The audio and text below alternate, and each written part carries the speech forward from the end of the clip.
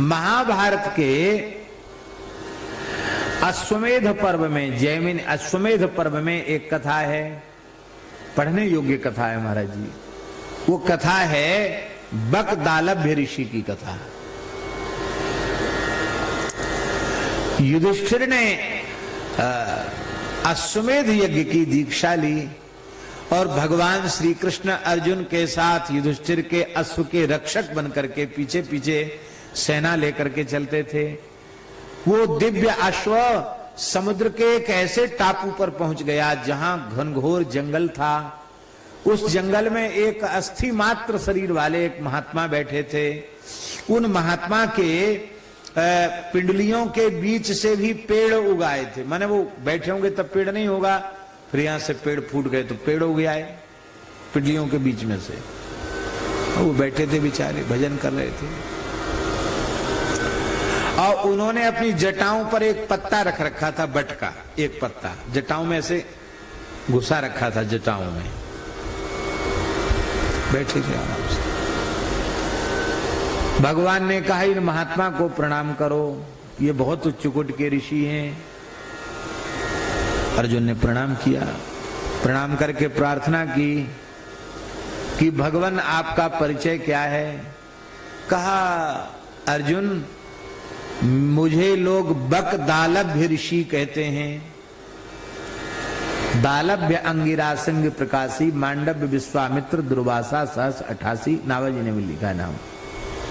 दालभ्य ऋषि बकदालभ्य मुझे कहते हैं। अच्छा, आप तो इतने पता नहीं कब से तपस्या कर रहे हैं, आपके तो इनके घुटनों के पिंडरियों के बीच में से, जांघों के घुटने के बीच में से पेड़ खड़े हो गए।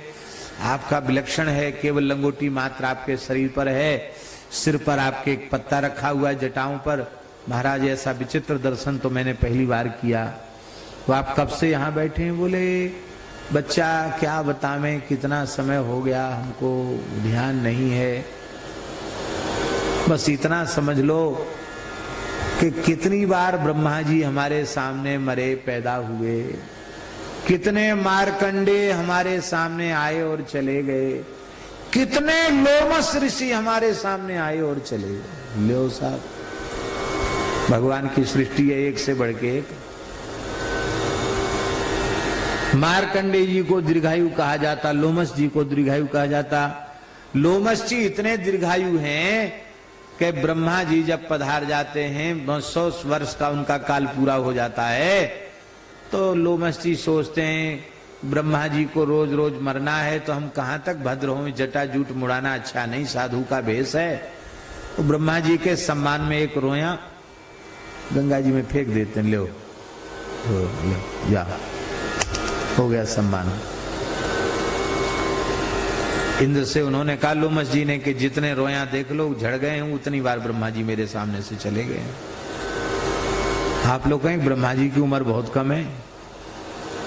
अरे भाई कम उम्र नहीं है, ब्रह्मा जी के एक दिन में 1000 बार सतयुग, 1000 बार त्रेता, 1000 बार द्वापर, 1000 बार कलयुग बीत जाता है।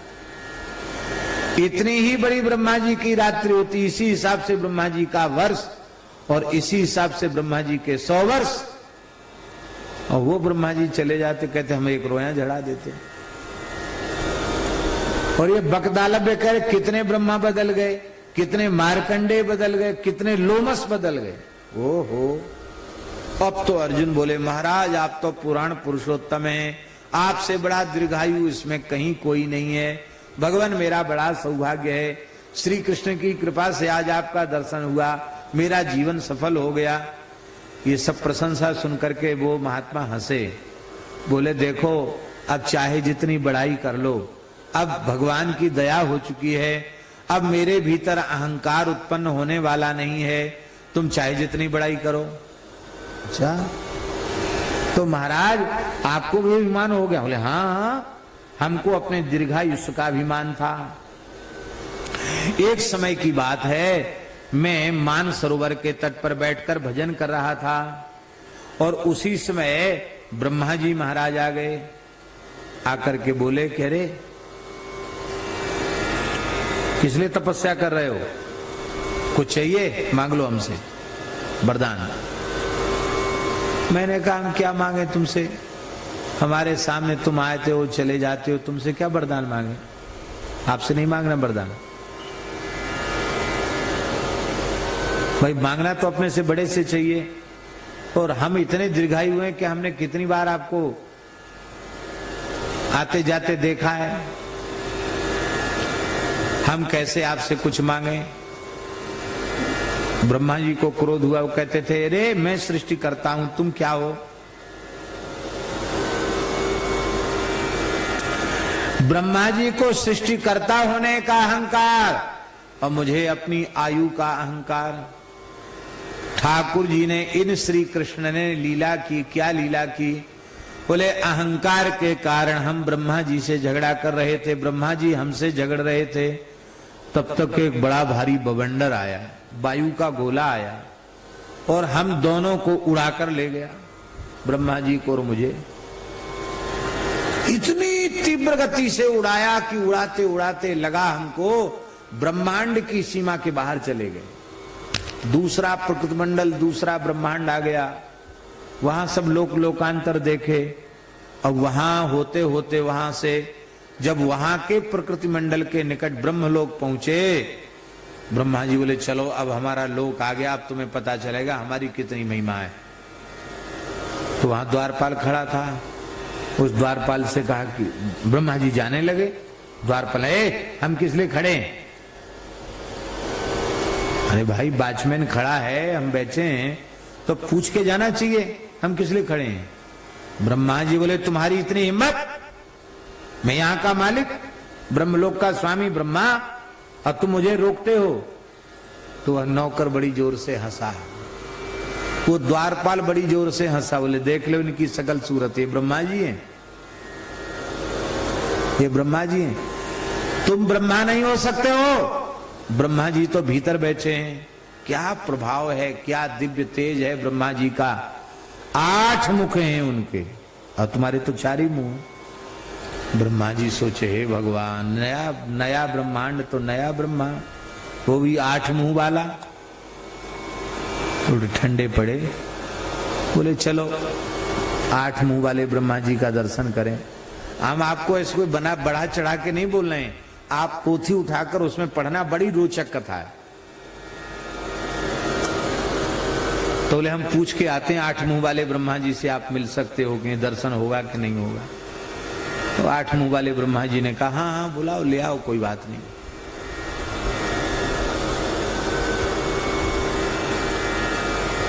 तो उन 8 मुंह वाले ब्रह्मा जी को जाकर इन्होंने प्रणाम किया। 4 मुंह वाले ने, 8 मुंह वाले ने कहे कौन हो तुम,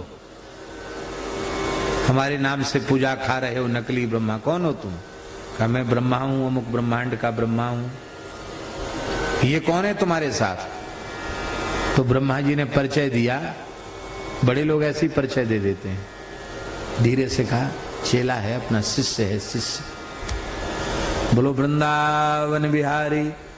बगदालब के देखो हमको चेला बना रहा है, यहाँ शिष्य है, अपना शिष्य है। तो वो 8 मुंह वाले ब्रह्मा जी बोले कि जब तक तुम्हें हमारा दर्शन नहीं हुआ था तब तक तो तुम गुरु थे और ये चेला था, अब तुम दोनों ही हमारे चेला हो।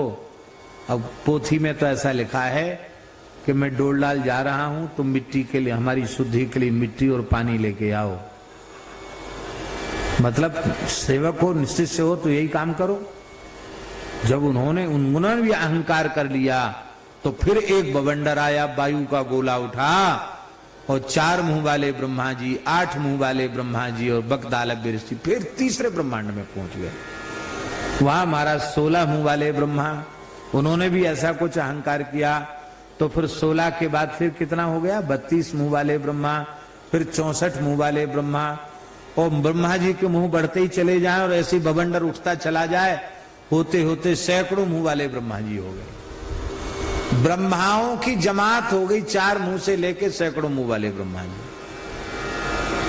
और सारी ब्रह्माओं की जमात, बगदालब कहते मेरे सहित ऐसी जगह हम लोग पहुंच गए जहां पर परमात्मा परम पुरुष भगवान नारायण खड़े हैं खड़े हैं, उनके शरीर में हजारों लाखों करोड़ों ब्रह्मांड निकल रहे हैं, प्रवेश कर रहे हैं। जैसे तेज झरने के प्रवाह में रेत बहती है, ऐसे लुढ़क रहे हैं उनके शरीर से ब्रह्मांड। कितना दिव्य प्रकाश, कितने प्रकार के ब्रह्मांड, कितने ब्रह्मा, कितने रुद्र दिखाई पड़े। बस सब हमारा अहंकार खत्म हो गया और उन परमात्मा के आगे कौन दीर्घायु है, किसका काल है, सब मेरा आयु का अभिमान नष्ट हो गया, ब्रह्मा जी का ब्रह्मापने का अभिमान नष्ट हो गया। और जैसे अभिमान नष्ट हुआ तो हम क्या देखते हैं कि ब्रह्मा जी तो शांति से अपने ब्रह्मलोक में बैठ गए और मैं इस द्वीप में बैठा हूं, तभी से भजन कर रहा हूं महाराज। अब समझ में आ गया क्या है, हमारी छोटी सी उम्र है, कब मर जाएं, कितने ब्रह्मांड पैदा हो रहे हैं, नष्ट हो रहे हैं, मैं कौन चीज हूं। तो मेरे मन में वैराग्य का भाव है, तो सिर कम से कम छाया में होना चाहिए। तो हमने एक पत्ता अपने जटा पर रख लिया है कि चलो भाई छाया तो है ही है हमारे सिर पे। इतना वैराग्य।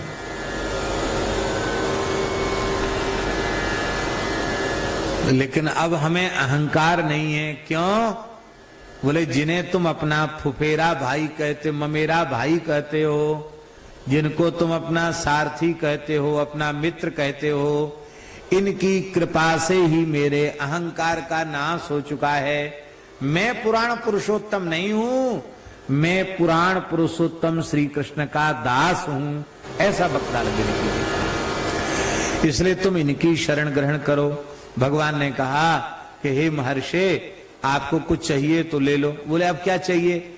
जो चीज जीव को परेशान करती हो तो आपने पहले ही हर लिया अहंकार मेरा, अब चाहिए क्या? अब कुछ नहीं चाहिए, आप तो बस ऐसी ही कृपा आपकी बनी रहे। आपको कुछ चाहिए हो तो आप बताओ। बोलो भक्तवत्सल भगवान की। भक्तालभ्य कहते हैं भगवान से, आपको कुछ चाहिए हो तो बताओ। भगवान ने हाथ जोड़कर कहा हमको तो चाहिए। क्या चाहिए? बोले भगवान हमें और अर्जुन को तो दर्शन आपका हो गया, पर हमारे बड़े भैया धर्मराज युधिष्ठिर आपके दर्शन से वंचित हो जाएंगे, भीम दादा नकुल सहदेव दर्शन से वंचित हो जाएंगे, प्रजा भारतीय प्रजा आपके दर्शन से वंचित हो जाएगी। तो आपकी कृपा होवे तो आप अश्वमेध यज्ञ में पधारो। तो बकदालभ्य ऋषि को पालकी में विराजमान करके भगवान ने पुनः श्री धर्मराज युधिष्ठिर के अश्वमेध यज्ञ में भेजा। ऐसा वर्णन। तो अहंकार के विनाश की यह कथा है। ऐसे ही काम के नाश की कथा है।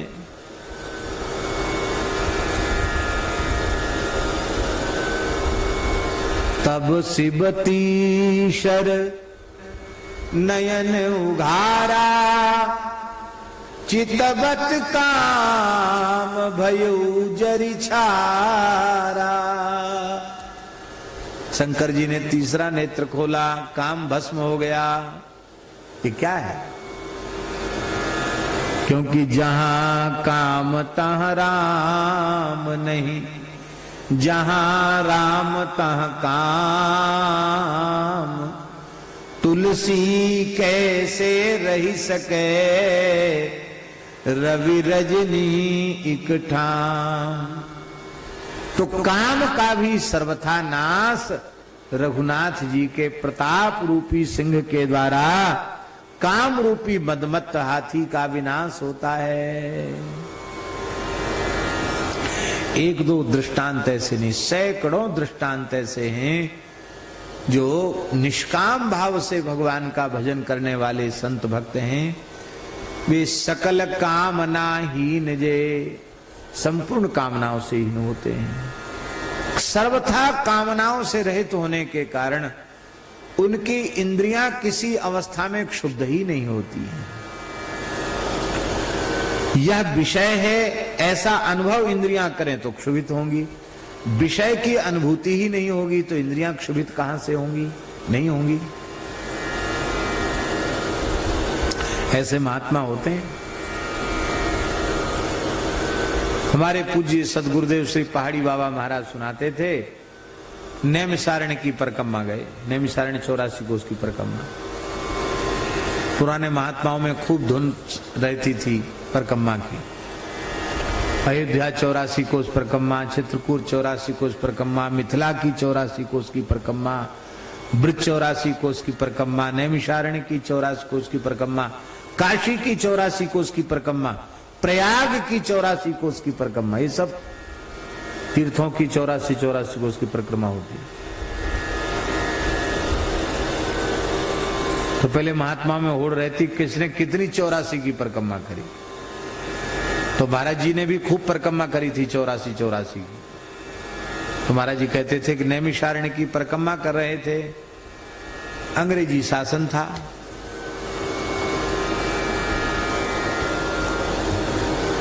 ये बात सन 32 से पहले की होगी,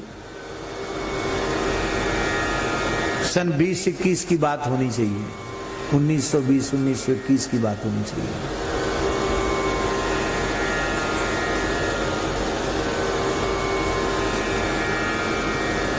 तो महाराज जी कहते थे कि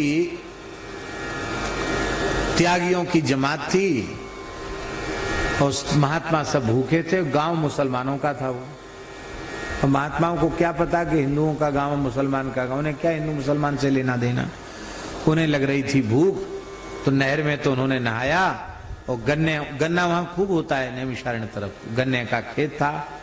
तो महात्मा लोग गन्ना तोड़ तोड़ करके और अपनी प्रेम कटारी से उसको अमनिया कर करके ठाकुर जी को अपने अपने बटुआ ठाकुर को भोग लगाने लगे।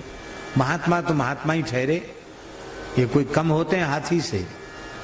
तमाम पूरा का पूरा खेत उजाड़ दिया, 10-10, 20 गन्ना ले आए। जिसका खेत था वो सब नाराज हुए, अरे बोले क्या भैया, एक खेत के गन्ना खा गए तो खा गए, 100-200 महात्माएं क्या है, खा लिया तो क्या हो गया। वो तो कोई भगत श्रद्धालु होते तो कुछ न बोलते, वो तो सब मुसलमान थे, चिढ़ते थे। उन सब ने गाली गलौज किया, ईंट पत्थर कुछ बरसाया। तो महात्मा ठहरे, उनके पास चिपिया फरसा कुल्हड़ा सब उनके पास था, वो भी टूट पड़े, संघर्ष हो गया। उस संघर्ष में क्या हुआ कि पता नहीं किसी ने आग लगा दी कि लग गई कि या उन लोगों ने ही आग लगा दी। महात्मा तो बेचारे आग कहां से लगाएंगे, महात्मा आग लगाने का काम नहीं करते। लेकिन वो महाराज सब कच्चे भवन और छप्पर सबके ऊपर पड़ा हुआ, पूरे गांव में आग लग गई। तुरंत खबर पहुंच गई अंग्रेजों को, और घोड़े पर बैठी हुई घुड़सवार पुलिस, अंग्रेज पुलिस, ओ महाराज लाल चिट्टे गोरे अंग्रेज, लाल पगड़ी पहने सब आ गए महाराज। सब साधुओं को घेर लिया चारों ओर से, जमात को। अब जा नहीं सकते, भून देंगे गोलियों से। सब वहीं थे। आप लोगों ने आग लगाई है गांव में, बोले हमारा आग नहीं लगाई। नहीं, झूठ बोलते हो, आग लगाई तुमने। तो किसी महात्मा ने कहा कि हम साधु हैं, हम आग लगाने का काम नहीं करते, हम तो आग बुझाने का, कहीं आग लगी हो तो बुझाने का काम साधु करते हैं। आग लगाना दुष्टों का काम है, आग लगाना साधुओं का काम नहीं है। इतना सुनते ही वो अंग्रेज बोला कि हम सबकी परीक्षा करेंगे कल, जो साधु होगा उसको तो दंडवत करेंगे, जो साधु नहीं होगा उसको जेल की हवा खानी पड़ेगी, कल हम आएंगे, जाना मत यहां से कहीं भी। कैसे करोगे, क्या करोगे? बोले हम डॉक्टरों की टीम लेके आएंगे और सब महात्माओं की डॉक्टरी कराई जाएगी कि महात्मा कौन है। काम विकार से शून्य जो होगा उसी को हम महात्मा मानेंगे, तो जिसके उत्तेजना नहीं होगी उसको हम महात्मा समझेंगे। कल डॉक्टर आएंगे, जिसने भोग न किया होगा वो पता चल जाएगा कौन योगी है और कौन भोगी है। डॉक्टरों की टीम आएगी लखनऊ से, वो सबका चेकअप करेगी। तो महाराज जी कहते हैं कि वो 100-200 जमात थी, महाराज 100-200 साधुओं की जमात थी। अब सबके प्राण सूखने लगे। कई तो फसली भी होते हैं ना, फसली जानते हो ना, भरतदास जी जानते हैं, साधुओं के कोड वर्ड है, इसलिए यही समझना। फसली, कुछ असली होते हैं, कुछ फसली होते हैं। तो फसली भी बड़े बड़े जटाजूट सब घूमे फिरे, कुछ कमाए अमाए, घर में दे आए, उनको फसली कहते हैं। अब उनके लड़के बच्चे वाले भी होते हैं, वो लोग तो सब गृहस्थी होते हैं, बाबा जी का भेष बनाए रखते हैं। तो महाराज वो सब घबराए कि अब क्या होगा, अब क्या होगा। तो रात को ही लोग भागे वहां से, खेतों खेत भागे, और भागते भागते महाराज 200 साधुओं में मुश्किल से 8-10 साधु ऐसे थे जो वहां आनंद से बैठे थे। उन 10 साधुओं में एक साधु हमारे पूज्य गुरुदेव श्री पहाड़ी बाबा महाराज थे। पूर्ण विरक्त, पूर्ण साधु, महान योगी, महान सिद्ध महाराज जी बैठे थे। और उस समय महाराज जी की आयु एकदम युवावस्था है।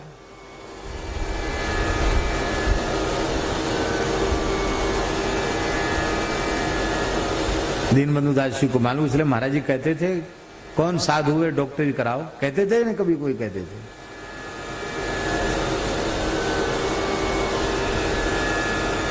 अब महाराज 8-10 सब भाग गए, जो ऐसे ही थे वो तो भाग गए सब इधर के उधर। 8-10 रह गए, वो आनंद से, उनको कोई भय नहीं, कोई चिंता नहीं, आनंद से बैठे, सब योगी पुरुष थे।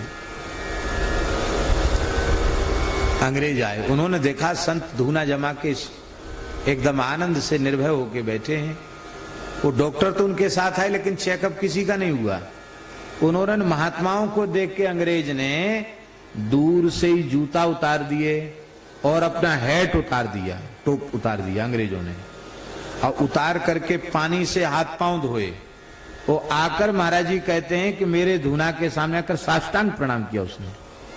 जो अंग्रेज अधिकारी था फौज का, साष्टांग प्रणाम किया और बोले उनकी भाषा तो हमारी समझ में नहीं आवे, पता नहीं बुलाकर क्या कहा कि सब साधु साधु साधु साधु, ये सब साधु हैं। तो इतनी मिठाई, इतना फल, इतना मेवा आया, और कंबल और खूब कपड़ा तमाम आया, लेकिन हम लोग सब जैसा आया वैसा ही छोड़कर वहां से चल पड़े, और अंग्रेज देखते रह गए।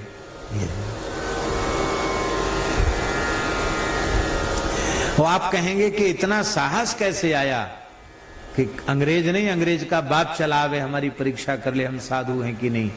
ये बल कहां से आया?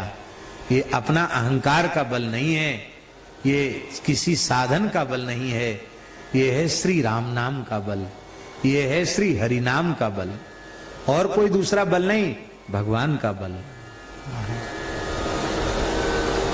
राम नाम का बल।